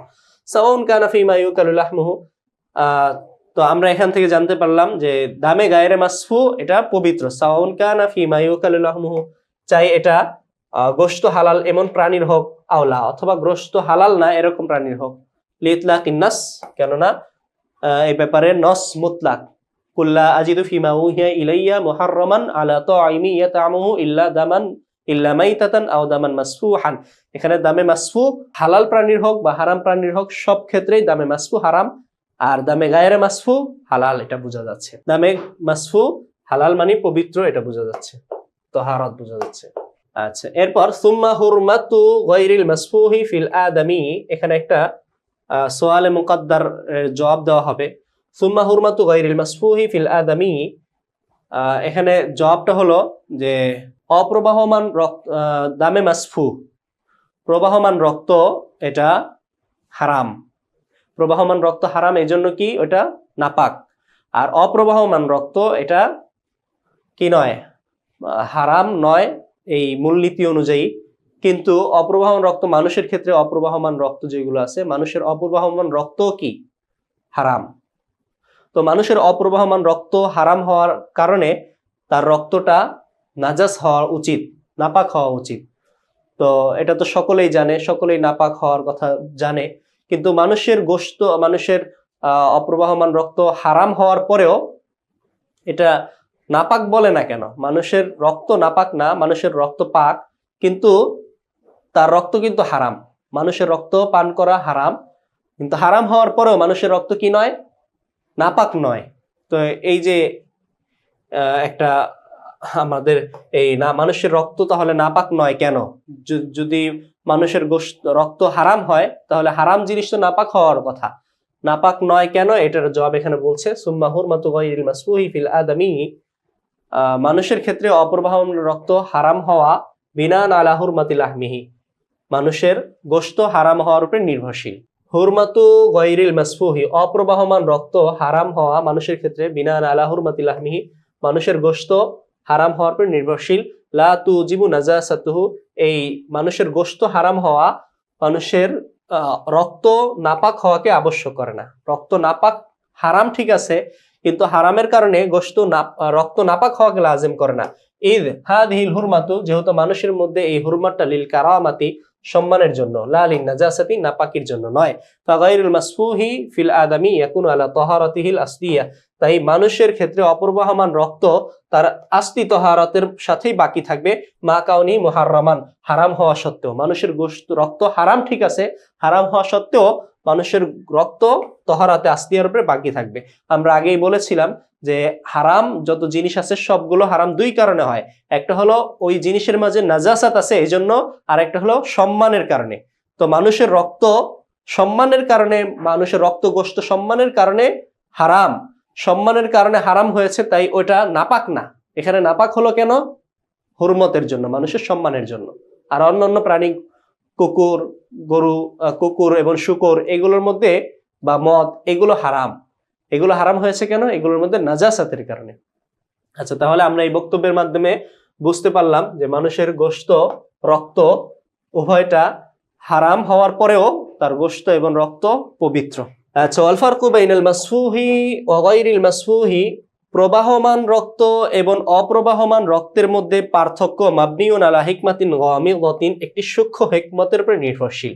সূক্ষ্ম হিকমতটা হলো ওয়াহিয়া আন্না গায়রাল মাসফুহি দামুন ইন্তাকালা আনিল উরুকি, গায়রে মাসফু অপ্রবাহমান রক্ত, ইন্তাকালা আনিল উরুকি, রক্ত থেকে প্রবাহিত হয়েছে। গায়রে মাসফু মানে অপ্রবাহমান রক্ত, ইন্তাকালা আনিল উরুকি, রগ থেকে বিচ্ছিন্ন হয়ে গেছে, রগ থেকে স্থানান্তরিত হয়ে গিয়েছে। ওয়ান ফাসাল আনিন নাজাসাত, এবং নাপাকি থেকে বিচ্ছিন্ন হয়েছে। ও হাসাল আলাহু হাজমুন আখারু, তার আরেকটা অপর ভিন্ন একটা হজম তৈরি হয়েছে, একটা পরিবর্তন এসে গিয়েছে ফিল আযা, এই অঙ্গের মাঝে। ফাসারা মুস্তাইদান, ফলে এটা প্রস্তুত হয়ে গিয়েছে লিআইয়াসির আউজওয়ান, নতুন একটা অঙ্গ হওয়ার বা অঙ্গের একটা অংশ হওয়ার উপযুক্ত হয়ে গেছে। ফাআখাযাত তাবিআতাল আযবি, তাই এটা অঙ্গের তবিয়ত, অভ্যাস গ্রহণ করেছে। অঙ্গের তবিয়ত হলো পবিত্র হওয়া। ফাআতাহু শারউ হুকমাহু, তাই শরীয়ত তাকে অঙ্গের হুকুম দিয়ে দিয়েছে, একটা মুস্তাকিল অঙ্গের হুকুম দিয়ে দিয়েছে। অঙ্গগুলো, মানুষের অঙ্গ প্রত্যঙ্গগুলো যেমন হালাল, তাই এই রক্তটাকেও মানে পবিত্র, এই রক্তটাকেও পবিত্রতার হুকুম দিয়ে দিয়েছে। আতাহু শারউ হুকমাহু বিখিলাফি দামিল উরুক, রগের রক্তের ব্যতিক্রম। এতটুকু অংশের আলোচনা, জানি না আপনারা কি বুঝেছেন। বাকি আমার একটু বক্তব্য আপনারা খেয়াল করে শুনলে এটা স্পষ্ট হয়ে যাবে।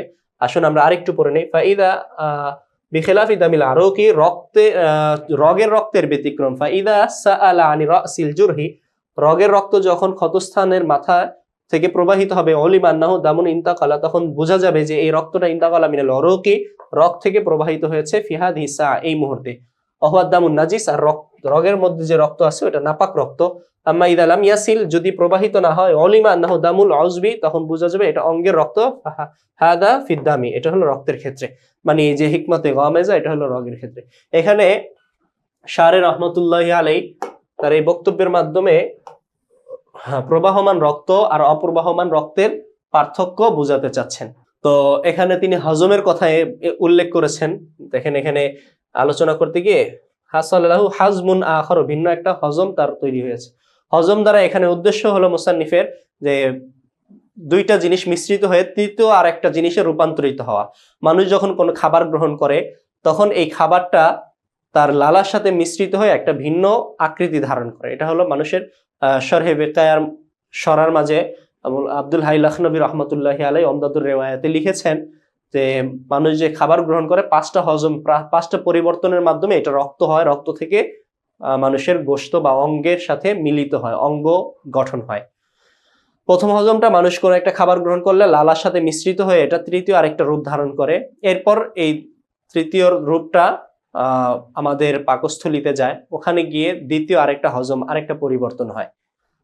ওই হজমের পরে এটা পানির সাথে মিশ্রিত হয়ে একটা তরল আকার ধারণ করে এটা কলিজায় উঠে আসে পাকস্থলীর ডান পাশে 3 নম্বর হজমে। ওখানে এটা 4টা জিনিসে রূপান্তরিত হয়। একটা হলো রক্ত, আর একটা হলো কফ, আর একটা হলো পিত্ত, আর হলো বলগম। এই 4টা জিনিসে তো সবগুলোই পেশাবের সাথে বের হয়ে যায়, শুধু রক্তটা বাকি থাকে। এই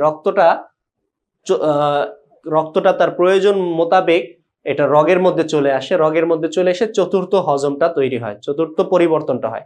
রগের মধ্যে থেকে চতুর্থ পরিবর্তন এসে এই রগ থেকে কিছু কিছু রক্ত আছে, রগ থেকে বের হয়ে আসে। রগের মধ্যে যে রক্তগুলো থাকে এটা হলো নাপাক রক্ত, প্রবাহমান রক্ত। এই রগ থেকে বিচ্ছিন্ন হয়ে কিছু রক্ত শরীরের বিভিন্ন জায়গায় ছড়ায় পড়ে, আর ওখানে এসে পঞ্চম হজমটা হয়, পঞ্চম পরিবর্তনটা হয়।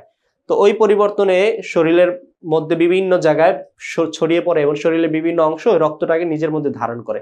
কিছুদিন যাওয়ার পর এই রক্তটা আস্তে আস্তে শরীরের সাথে মিশে শরীরের গঠন বৃদ্ধি করে। ছোট মানুষ আস্তে আস্তে বড় হয়, তার গোশত মাংসপেশি বেশি হয়, এটা ওই রক্ত থেকে তৈরি হয়।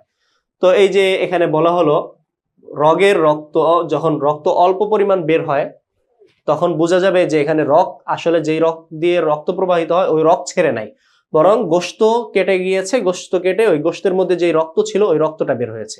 আর গোশতের মধ্যে যেই রক্তটা থাকে ওই রক্তটা প্রবাহমান রক্ত নয়, রগের রক্ত নয়। প্রবাহমান রক্তটাই হলো রগের রক্ত। রগে যেই রক্ত থাকে ওইটা নাপাক রক্ত, আর গোশতের মধ্যে যেই রক্ত থাকে ওইটা নাপাক নয়, ওইটা হলো পবিত্র রক্ত। তো আমাদের শরহে বেকায়ের মুসান্নিফ এই যে এই আলোচনার মধ্যে আমি যেই কথাটা বললাম এই কথাটাই তিনি এখানে বলতে চেয়েছেন যে আবার দেখি ওহি আন্না গায়রাল মাসফুহি দামুন ইন্তাকালা মিনাল উরুকি, অপ্রবাহমান রক্ত এটা রগ থেকে স্থানান্তরিত হয়ে গোশতের মধ্যে চলে গেছে। ওয়ান ফাসালান নাজাসাত, এবং প্রবাহমান রক্ত যে নাপাক তা থেকে বিচ্ছিন্ন হয়েছে। হাসাল্লাহু হাজমুন আখারু ফিল আযা, অঙ্গের মধ্যে গোশতের মধ্যে এসে পঞ্চম হজম তার হাসিল হয়েছে। ফাসারা মুস্তাইদান ইয়াসির আযবান, ফলে এটা অঙ্গ হওয়ার জন্য উপযুক্ত হয়ে গিয়েছে।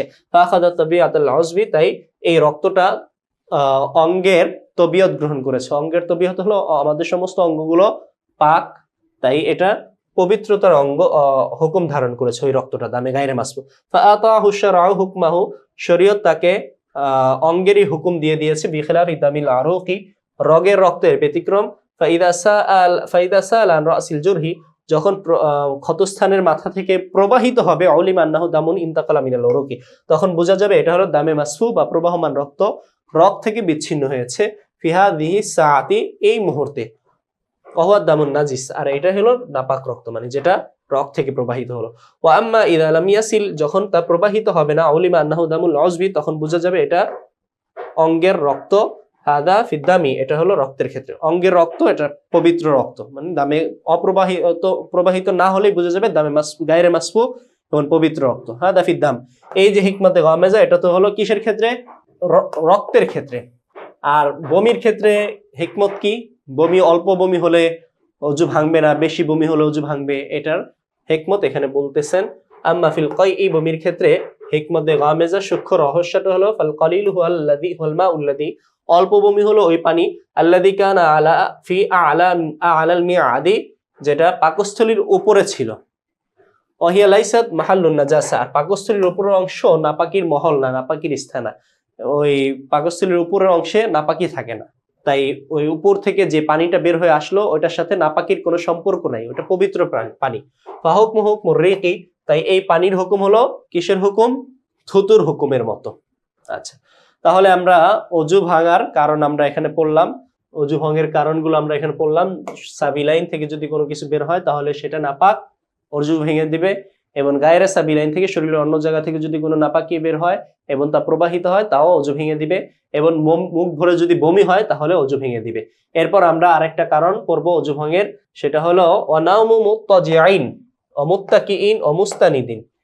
কেউ যদি মুত্তাজিআইন হেলান দিয়ে ঘুমায়, অর্থাৎ ডান পাশে অথবা বাম পাশে হেলান দিয়ে ঘুমায়, অমুত্তাকিন ট্যাক লাগিয়ে ঘুমায়, হাতে ট্যাক দিয়ে ঘুমিয়েছে, অমুস্তানিদিন ইলা মালাউ অথবা এমন কোন জিনিসের সাথে ঠেস দিয়ে ঘুমিয়েছে, লাউ উজিলা লাসাকাতা যদি ওই যে জিনিসের সাথে সে ঠেস লাগিয়েছে ওই জিনিস সরিয়ে ফেলা হয় তাহলে লাসাকাতা সে পড়ে যাবে। এরকম ঘুম যদি কেউ ঘুমায় তাহলে এগুলো অজু ভেঙে যাবে, ভেঙে দিবে। লা গায়রু অন্য কোন ঘুম, এই তিন তরিকা ছাড়া ভিন্ন কোন ঘুম অজু ভাঙবে না। লা ইয়ানকুজুল অজু অজু ভাঙবে না নাউমুন গায়রু মা যুকিরা, যা উল্লেখ করা হলো এছাড়া ভিন্ন কোন ঘুম। অহুয়ান নাউমু কাইমান, তো এই তিন প্রকার ঘুম ছাড়া আর কি কি ঘুম হতে পারে সেগুলো হলো অহুয়ান নাউমু কাইমান দাঁড়িয়ে ঘুমানো, কাঈদান অথবা বসে ঘুমানো, আও রাকিআন অথবা রুকু করা অবস্থায় ঘুমানো, আও সাজিদান অথবা সেজদা করা অবস্থায় ঘুমানো, ফি সলাতি নামাজে, অগাইরিহা অথবা নামাজ ছাড়া নামাজের বাহিরে। আচ্ছা, তাহলে আমরা জানতে পারলাম এই সমস্ত ঘুম অজু কি করে ভেঙে দেয়, এছাড়া ভিন্ন কোনো ঘুম অজু ভাঙে না। অজু ভাঙার আরেকটা কারণ হলো অল ইগমাউ ওয়াল জুনুনু, বেহুশ হয়ে যাওয়া, ওয়াল জুনুনু পাগল হয়ে যাওয়া, আলা আইয়ি হাইআতিন কানা, এই বেহুশ হওয়া বা পাগল হওয়া এটা যেভাবেই হোক না কেন, মানে পাগল অল্প হোক বা বেহুশ অল্প হোক বা বেশি হোক, যেভাবেই হোক এটা অজু ভঙ্গের একটা কারণ। ওয়ায়াদখুলু ফিল ইগমাই ইয়াসুকরু, বেহুশ হয়ে যাওয়ার মধ্যে প্রবেশ করে হলো, এটার মধ্যে দাখিল অন্তর্ভুক্ত হলো মাতাল হয়ে যাওয়া, অর্থাৎ বেহুশ হয়ে গেলে যেমন অজু ভেঙে যায়, মাতাল হয়ে গেলেও অজু ভেঙে যাবে। ওয়াহাদ্দুহু হুনা, মাতলামি বা বেহুশের হদ, এখানে মাতলামি বা মাতাল হওয়ার সীমা হলো আইয়াদখুলা ফি মিশিয়াতিহি, তার হাঁটার মধ্যে প্রবেশ করবে, হাঁটার মধ্যে চলে আসবে তাহার রুকুন, নড়াচড়া, তার হাঁটার মধ্যে হেলে ধুলে চলা চলে আসবে, এটা হলো মাতালের হদ সীমা। এরকম চলার মধ্যে যদি হেলাধুলা অবস্থা চলে আসে এটাকে কি বলা হবে, তাকে মাতাল বলা হবে। হুয়া সহি, এটাই সহি। ওয়াকাদা ফিল ইয়ামিনি, ইয়ামিনের ক্ষেত্রে মানে কসমের ক্ষেত্রেও এইটাই, এতটুকুই সীমা। হাত্তা লাউ হালাফা, যদি কেউ কসম করে আন্নাহু সাকরান, যে সে নেশাগ্রস্ত, সে মাতাল, ইউতাবারু হাদাল হাদ, তাহলে এতটুকু সীমা গ্রহণ করা হবে। আচ্ছা, তাহলে আমরা অজু ভাঙার আরেকটা কারণ দেখলাম, পাগল হওয়া এবং মাতাল হওয়া। এরপরে আরেকটা অজু ভঙ্গের আরেকটা কারণ হলো অকাহাতু মুসল্লিন বালিগিন, বালেগ নামাজি ব্যক্তির অট্টহাসি দেওয়া, ইয়ারকাউ ওয়াসজুদু, এমন নামাজে যে নামাজে রুকু এবং সেজদা করা হয়, রুকু সেজদা বিশিষ্ট নামাজে বালেগ নামাজি ব্যক্তির অট্টহাসি অজু ভঙ্গের কারণ। শর্তুহু, অট্টহাসি অজু ভাঙবে, অজু ভাঙার কারণ হওয়ার জন্য শর্ত হলো আইয়াকুনা ফি সলাতিন, যে অট্টহাসি দিবে এটা নামাজের মধ্যে দিতে হবে, এমন নামাজের মধ্যে হতে হবে যে নামাজটা দাতা রুকুআইন ওয়া সুজুদিন, রুকু সিজদা বিশিষ্ট, অট্টহাসি রুকু সিজদা বিশিষ্ট নামাজে হতে হবে। হাত্তা লাউ কাহকাহা ফি সলাতিল জানাজাতি, অতএব কেউ যদি জানাজার নামাজে অট্টহাসি দেয়, আও সেজদাতি তেলাওয়াতি অথবা সেজদায়ে তেলাওয়াতে, সেজদাতি তেলাওয়াতি, তেলাওয়াতে সেজদায় যদি কেউ অট্টহাসি দেয়, লা তানকুজুল উযুআ, তাহলে এই অট্টহাসি নামাজ কি করবে না, অজু ভাঙবে না। বাল ইয়াবতুলু মা কাহকাহা ফিহি, বরং যেই কাজের মধ্যে থাকা অবস্থা সে অট্টহাসি দিয়েছে ওইটাকে নষ্ট করে দিবে। অর্থাৎ জানাজার নামাজে যদি কেউ অট্টহাসি দেয় তাহলে অজু তো ভাঙবে না, কিন্তু তার জানাজার নামাজ নষ্ট হয়ে যাবে। সেজদায়ে তেলাওয়াতে কেউ যদি অট্টহাসি দেয় তাহলে সেজদায়ে তেলাওয়াতে অজু তো ভাঙবে না, কিন্তু সেজদায়ে তেলাওয়াত নষ্ট হয়ে যাবে, আবার নতুন করে দিতে হবে। ওয়াইন্নামা শারাতা মা যুকিরা, যা উল্লেখ করা হলো এটাকে শর্ত করা হয়েছে। কি শর্ত করা হয়েছে? রুকু সেজদা বিশিষ্ট নামাজ হওয়া শর্ত করা হয়েছে। কেন শর্ত করা হয়েছে? লিআন্না ইনতিকাদ আল উযুই বিমা সাবাতা বিল হাদিসি, কেননা এটার মাধ্যমে, অট্টহাসির মাধ্যমে অজু ভাঙাটা সাবেত হয়েছে বিল হাদিসি, এমন হাদিসের মাধ্যমে যে হাদিসটা আলা খিলাফিল কিয়াসি, যেটা খিলাফে কিয়াস হাদিস, অর্থাৎ অট্টহাসির কারণে অজু ভাঙাটা সাবেত হয়েছে বিল হাদিস আলা খিলাফিল কিয়াস, খিলাফে কিয়াস হাদিসের মাধ্যমে। ফায়াকতাসিরু আলা মাওরিদিহি, তাই তার প্রয়োগ স্থলের উপরে সীমাবদ্ধ থাকবে। অর্থাৎ এটা একটা উসুলের মতো, একটা মূলনীতি, যে খিলাফে কিয়াস কোনো নসের মাধ্যমে, আয়াত বা হাদিসের মাধ্যমে যদি কোনো বিধান সাবিত হয়, তাহলে ওই নসটা ওই বিধানের মধ্যে শুধু সীমাবদ্ধ থাকে, অন্য কোনো মাসআলাকে এটার উপরে কিয়াস করা যায় না। এটা একটা মূলনীতি। তো অট্টহাসির কারণে অজু ভেঙে যাওয়া, এটা একটা খেলাফে কিয়াস হাদিস। হাদিসের মাঝে আছে যে সাহাবীরা নামাজ পড়তেছিলেন, তো হঠাৎ একজন অন্ধ ব্যক্তি, সাহাবীদের হয়তো প্রাথমিক সময় ছিল, তারা এত ভালো বুঝতেন না, একজন অন্ধ সাহাবী এসে গর্ত পড়ে গেলেন আর সবাই অট্টহাসি দিয়ে ফেলেন। তখন নবী সাল্লাল্লাহু আলাইহি সাল্লাম বলেছেন, মান কাহকাহা মিনকুম ফালইউইদ আস-সালাতা ওয়াল উযুআ, যারা অট্টহাসি দিয়েছো তারা ওযুও পুনরায় করবে এবং নামাজও পড়বে। ওমান তাবাসসামা ফালা ফালা, আর যারা মুচকি হেসেছো তাদের আর কিছুই করতে হবে না, তাদের ওযুও করতে হবে না, নামাজও পুনরায় পড়তে হবে না। তো এই হাদিসের মাধ্যমে আমরা জানতে পারলাম যে অট্টহাসি দিলে অজু ভেঙে যায়। অট্টহাসি দিলে অজু ভেঙে যায়, এটা তো কিয়াসের যুক্তির বাহিরে, কারণ নবী এখানে অট্টহাসি দিলে তো কোনো নাপাকি বের হয় না, তাহলে কোনো নাপাকি বের হয় না বা নাপাকি বের হওয়ার সম্ভাবনাও নাই, তাহলে এটা অজু ভঙ্গের কারণ কিভাবে হলো? অজু ভঙ্গের কারণ হলো নবীজি বলেছেন তাই, কিন্তু এটা আমাদের যুক্তিতে ধরে না, কেয়াসের ধরে না, খেলাফে কেয়াস। আর খেলাফে কেয়াস জিনিস তার মাওরিদ, তার প্রয়োগ স্থলের উপরে সীমাবদ্ধ থাকে। তাই আমরা কি করব? ফায়াকতাসির আলা মাওরিদিহি, তার মাওরিদের মাঝে সীমাবদ্ধ থাকবো। আর মাওরিদ ছিল হলো, প্রয়োগস্থল ছিল রুকু সেজদা বিশিষ্ট নামাজ। রুকু সেজদা বিশিষ্ট নামাজের মধ্যে অট্টহাসি দিয়েছিল, তাই ওখানে নবীজি বলছে নামাজ আবার অজু করো। তাই রুকু সেজদা যে সমস্ত নামাজে নাই, ওই সমস্ত নামাজে কেউ অট্টহাসি দিলে আমরা বলবো না ওখানে অট্টহাসি অজু ভেঙে দিয়েছে, ভাঙার কারণ আমরা বলবো না। সুম্মাল কাহকাহাতু ইন্নামা তানকাজুল উযুআ, অতঃপর অট্টহাসি অজু ভেঙে দিবে ইযা কানা ইয়াকযানান, যখন সে জাগ্রত অবস্থায় থাকবে। হাত্তা লা নামা ফিস সালাতি, যদি কেউ নামাজের মধ্যে ঘুমিয়ে যায়, আলা আইয়ি হাইআতিন, যেইভাবেই ঘুমাক, ফাকাহকাহাতুহু, এখানে একটা তা হবে, ফাকাহকাহাতুহু লা ইয়ানকুজুল উযুআ, তার এই অট্টহাসি, ফাকাহকাহাতু লা ইয়ানকুজুল উযুআ, তার এই অট্টহাসি অজু ভাঙবে না। অর্থাৎ জাগ্রত অবস্থায় অট্টহাসি, নামাজের মধ্যে যদি জেগে থাকে আর তখন যদি অট্টহাসি দেয়, তাহলে কি হবে? অজু ভেঙে দিবে। আর যদি নামাজের মধ্যে ঘুমিয়ে যায় আর ঘুমের মধ্যে সে অট্টহাসি দেয়, তাহলে তার অজু কি হবে না? ভাঙবে না। ওয়াইনদা শাফিঈ রাহিমাহুল্লাহু তাআলা লা ইয়ানকুজুল উযুআ বিল কাহকাহাতি, শাফি রহমতুল্লাহি আলাইহি বলেন যে অট্টহাসি মুতলাক ভাবে অজু ভাঙবে না। শাফি রহমতুল্লাহি আলাইহির সাথে আইম্মায়ে সালাস, ইমাম আহমদ, ইমাম মালিক রয়েছেন, মানে আইম্মায়ে সালাস বলেন অট্টহাসির কারণে অজু ভাঙবে না। তারা এই যে এটা কি দলিল দেয় যে অট্টহাসি দিলে তো কোনো নাপাক বের হয় না, তাহলে এটার কারণে অজু ভাঙবে কেন? আমরা বলি নাপাক বের হয় না, ঠিক আছে, কিন্তু নবী তো বলেছেন, নবী বলেছেন, এটার দ্বারাই কি হাদিসে মাশহুর দ্বারা সাবিত হয়েছে অট্টহাসি অজু ভঙ্গের কারণ, এজন্য আমরা অট্টহাসিকে অজু ভঙ্গের কারণ বলি। ওয়াহাদুহা, অট্টহাসির সীমা হলো আনতাকুনা মাসমুআতাল লাহু ওয়া লিজিরানিহি, অট্টহাসির সীমা হলো সে নিজে, হাসিদাতা নিজে শুনতে পাবে, ওয়া লিজিরানিহি, এবং তার আশপাশে যারা আছে তারাও শুনতে পাবে। এত পরিমাণ আওয়াজ করে যদি কেউ হাসে, তাহলে ওটাকে বলা হবে অট্টহাসি। অযিহকু আইয়াকুনা মাসমুআন, যিহক বলা হয়, যিহক, অযহকু এখানে জবর দিয়ে দেওয়া আছে, অযহকু, যহক বলা হয় আইয়াকুনা মাসমুআন লাহু লা লিজিরানিহি, নিজে শুনতে পায় কিন্তু প্রতিবেশী শুনতে পায় না। ওয়া ইয়াবতুলুস সালাতা, মানে প্রতিবেশী মানে নামাজে, সে নামাজি ব্যক্তি, সে নিজে শুনতে পায় এবং তার আশপাশে যারা আছে তারা শুনতে পায় না। ওয়া ইয়াবতুলুস সালাতা লাল উযুআ, আর এই ধরনের হাসি নামাজকে তো বাতিল করে দিবে কিন্তু অজুকে বাতিল করবে না, অজু ঠিকই থাকবে। আচ্ছা, তারপরে হাসির আরেকটা প্রকার আছে, সর্বশেষ 3 নম্বর প্রকার, এটা আমরা এখন দেখব। 3 নম্বর প্রকারকে বলা হয় তাবাসসুম। 3 নম্বর প্রকার অত্তাবাসসুমু, মুচকি হাসা। ওয়াল্লা, মুচকি হাসি কাকে বলে? আইয়াকুনা মাসমুআন আসলান, আল্লাহ ইয়াকুনা মাসমুআন আসলান, যেটার কোনো আওয়াজই হবে না, শোনাই যাবে না। ওয়া লা ইয়াবতুলু শাইআন, আর এই ধরনের হাসি কিছুই নষ্ট করবে না, অজু কেও না, নামাজ কেও না, কোনো কিছুই নষ্ট করতে পারবে না। অজু ভাঙার আরো একটি কারণ আমরা এখানে দেখতে পাচ্ছি, ওয়াদুদাতুন খরাজাত মিন দুবুরিল্লাতি খরাজাত মিন জুরহিন, লাল্লাতি খরাজাত মিন জুরহিন, ওয়াদুদাতুন খরাজাত মিন দুবুরিন, যদি কোনো পেছনের রাস্তা দিয়ে যদি কোনো পোকা বের হয়, তাহলে এটাও অজু ভঙ্গকারী।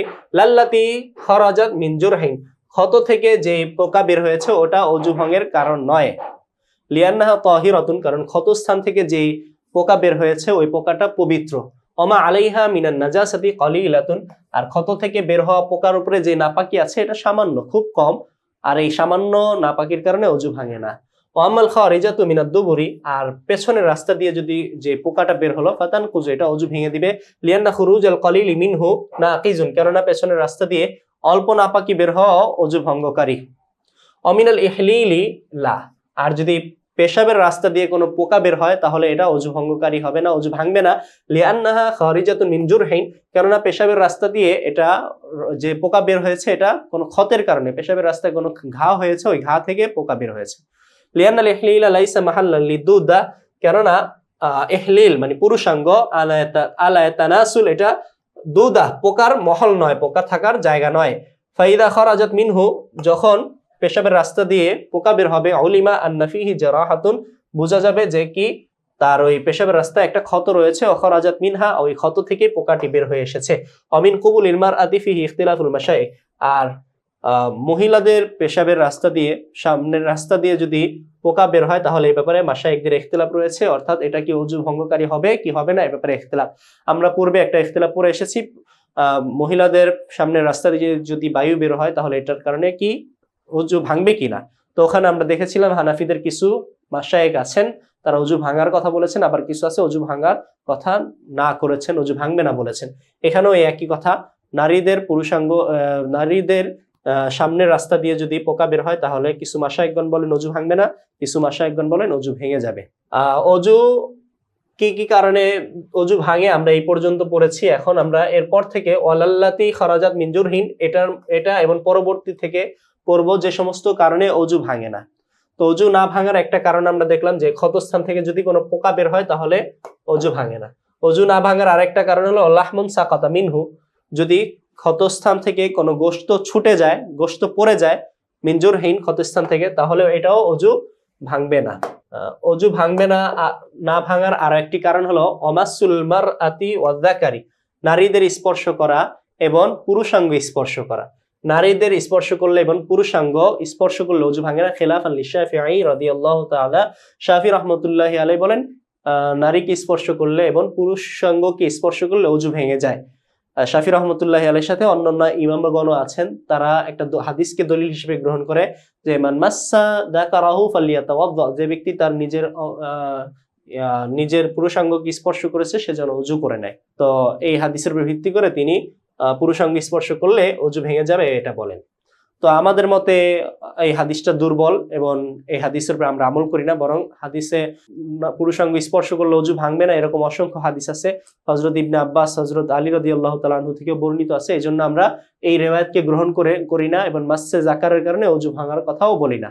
এমনি ভাবে মাসুল মারআ, নারীদের স্পর্শ করলে অজু ভাঙার কথা শাফি রাহমাতুল্লাহ আলাইহি বলেন, আমরা এটাকে নারীদের স্পর্শ করলে অজু ভঙ্গ করার কথা বলি না, কেননা নবী সাল্লাল্লাহু আলাইহি সাল্লামের আমল বর্ণিত আছে, তিনি নামাজে যাওয়ার আগে হযরত আয়েশা রাদিয়াল্লাহু তাআলা আনহাকে চুমু দিয়ে গিয়েছিলেন। যদি নারীদের স্পর্শ করলে অজু ভেঙেই যেত তাহলে নবীজি আবার অজু করে মসজিদে যেতেন, কিন্তু নবীজি এমনটা করে নাই। তো এখান থেকে বোঝা যায় নারীদের স্পর্শ করলে অজু ভাঙে না। তো সম্মানিত দর্শক শ্রোতা, আমরা অজু কোন কোন কারণে ভেঙে যায় এবং কোন কোন কারণে অজু ভাঙে না সবিস্তারিতভাবে এবং ইখতিলাফের সাথে আমরা শরহে বিকায়া কিতাব থেকে পড়েছি। আমাদের আজকের ক্লাস এই পর্যন্তই। আমরা সামনের ক্লাসে, আগামী ক্লাসে ইনশাল্লাহ আলোচনা করব গোসল ফরজ হয় কোন কোন কারণে। পবিত্রতা অর্জনের অনেকগুলো মাধ্যম রয়েছে, এর মধ্যে সবচেয়ে ইম্পর্টেন্ট হলো ফরজ অজু, যেটার বেশি প্রয়োজন হয়, এটা আমরা পড়ে শেষ করেছি আলহামদুলিল্লাহ। এরপরেই হয় গোসলের মাধ্যমে শরীর পবিত্র করা। যদি পানি না থাকে তারপরে আসবে তায়াম্মুম ৩ নাম্বার সূরা, এই ৩ নাম্বারটা আমরা সামনে পড়বো। সম্মানিত দর্শক শ্রোতা, আপনারা বাবুল গোসল পড়তেছেন, মানে এখানে আপনারা গোসলের যাবতীয় বিষয়গুলো পড়বেন। তো এর আগে আমরা গোসলের সম্পর্কে মুকাদ্দিমা পূর্ব কথা দুই একটা কথা আমরা বলি নিই সংক্ষেপে। যে এখানে দেখতে পাচ্ছেন আল গসলু, গোসল হলো আল গসল লুগাতান, শাব্দিক অর্থে গোসল হলো ইসমুল লিল ইগতিসালি, ইগতিসালের অর্থ হলো গোসল, গসলুন অর্থ হলো ধৌত করা, আর এখানে ধৌত করার অর্থ হলো শরীর ধৌত করা, পুরো শরীর ধৌত করা। মিন গসালা ইয়াগসিলু বাবে সামি আন দরাবা ইয়াজিবু থেকে গৃহীত হয়েছে। ওয়া ইসালাতুল মা, ইগতিসাল কাকে বলে? ইগতিসাল বলা হয় ইসালাতুল মা আলা শাই, কোনো কিছুর উপরে পানি প্রবাহিত করাকে ইগতিসাল বা গোসল বলা হয়। শাব্দিক অর্থে গোসল ইগতিসালের নাম। আচ্ছা, অফিস শরিয়াতে গোসল কাকে বলে? হুয়া জিরিয়ানুল মাই আলাল বাদানি, শরীরে পানি প্রবাহিত করা এমন ভাবে বিহাইসু ইয়াস্তাওয়াইবুহু জামিআহু, যে পূর্ণ অঙ্গকে ঘেরাও করে নেয়, মানে শরীরের পূর্ণ অঙ্গকে ঘেরাও করে নেবে এই প্রবাহকরণ, মানে ইয়াস্তাওয়াইবুল জিরিয়ান, প্রবাহিত হওয়া, এটা ঘেরাও করে নেবে জামিআহু জামি আল বাদান, মানে শরীরের পূর্ণ অঙ্গে। অর্থাৎ শরীরের পূর্ণ অঙ্গে পানি প্রবাহিত করাকে কি বলে? গোসল বলে। ওয়াজিরিয়ানুল মা আলাল বাদান বিহাইসু ইস্তাওয়িবু জামিআহু। দলিলু মাশরুইয়াতিহি, গোসল যে শরীয়তের অনুমোদিত একটি বিধান, এটার দলিল কি? বলে আল কিতাব ওয়াস সুন্নাহ, তো কিতাব এবং সুন্নাহ হলো এর দলিল। আম্মাল কিতাবু, কিতাব থেকে দলিল হলো মিনহা কাউলুহু তাআলা ইন্নাল্লাহা ইউহিব্বুত তাওয়াবিন ওয়া ইউহিব্বুল মুতাতাহহিরিন, আল্লাহ তাআলা পছন্দ করেন তওবাকারীদের এবং পছন্দ করেন পবিত্রতা অর্জনকারীদের, যারা ভালোভাবে পবিত্র হয়। মুতাতাহহিরিন এখানে তাসদীদের সাথে আসছে। মুতাতাহহিরিন অর্থ হলো গোসল করার মাধ্যমে যারা পবিত্র হয়। তো এই আয়াত থেকে বোঝা যাচ্ছে আল্লাহ তাআলা যারা গোসল করেন তাদেরকে পছন্দ করেন। তো এই আল্লাহর পছন্দনীয় কাজ শরীয়তের বৈধ একটা বিধান, মাশরুঈ বিধান হবে। ওয়া আম্মা সুন্নাতু ফাহাদিসা, গোসল ফরজ হওয়ার সপক্ষে যে হাদিস থেকে দলিল, এগুলো অনেক হাদিস আছে। মিনহা, তা থেকে একটা হলো মা রাওয়াহুল বুখারী আন আবি হুরায়রা রাদিয়াল্লাহু আনহু আন্নাহু ক্বালা, আবু হুরায়রা রাদিয়াল্লাহু তাআলা আনহু থেকে ইমাম বুখারী রাহমাতুল্লাহি আলাইহি রিওয়ায়াত করেছেন যে তিনি রাসূলুল্লাহ সাল্লাল্লাহু আলাইহি ওয়াসাল্লাম বলেছেন, হাক্কুন আলা কুল্লি মুসলিমিন, প্রতিটি মুসলমানের উপর হক বা ওয়াজিব, আবশ্যক হলো আইয়াগতাসিলা, গোসল করা, ফি কুল্লি সাবআতি আইয়ামিন, প্রতি 7 দিনে ইয়ামান, প্রতি 7 দিনে একদিন গোসল করা ওয়াজিব। ইয়াগসিলু ফিহি রাসাহু ওয়া জাসাদাহু, সেই দিন সে তার মাথা এবং শরীর ধৌত করবে। তো এই হাদিস থেকে আমরা দেখতে পাচ্ছি যে 7 দিনে একবার গোসল করা এটা ওয়াজিব। তো যেই জিনিস ওয়াজিব ওটা শরীয়তের অনুমোদিত এবং গ্রহণযোগ্য একটা বিষয় হবে। তো এখান থেকে প্রমাণিত হয় গোসল করা কি, গোসল একটা শরীয়তের বৈধ জিনিস। আচ্ছা, আশা করি বুঝতে পেরেছেন। কালকের পরবর্তী ক্লাসে আমরা পড়ব গোসল ফরজ হওয়ার কারণ কি, গোসল কখন সুন্নত, গোসল কখন ফরজ হয়, এই সমস্ত বিষয়, গোসলের ফরজ, গোসলের সুন্নত, এই সমস্ত নিয়ে। সে পর্যন্ত ভালো থাকবেন, আমাদের সাথেই থাকবেন। ইনশাআল্লাহ দেখা হবে পরবর্তী ক্লাসে। সে পর্যন্ত আল্লাহ তাআলা আমাদের সবাইকে তার সন্তুষ্টিমূলক কাজে নিয়োজিত থাকার তৌফিক দান করুন। আসসালামু আলাইকুম ওয়া রাহমাতুল্লাহি ওয়া বারাকাতুহু।